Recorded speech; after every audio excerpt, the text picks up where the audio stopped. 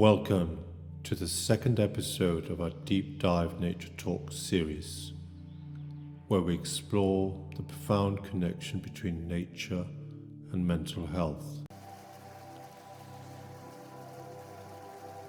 As our fireside conversation draws to a poignant and poetic close, celebrating the remains of our day, we're reminded of the words, "We're stardust, we're golden, billion-year-old carbon, and we've got to get ourselves back to the garden."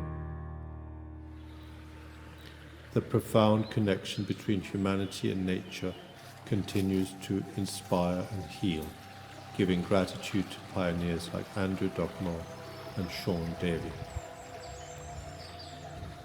Their work reminds us that in returning to nature, we often find our way back to ourselves, creating a path for others to follow in their journey towards wellness and recovery. The discussion delves into the groundbreaking work being done in Wales.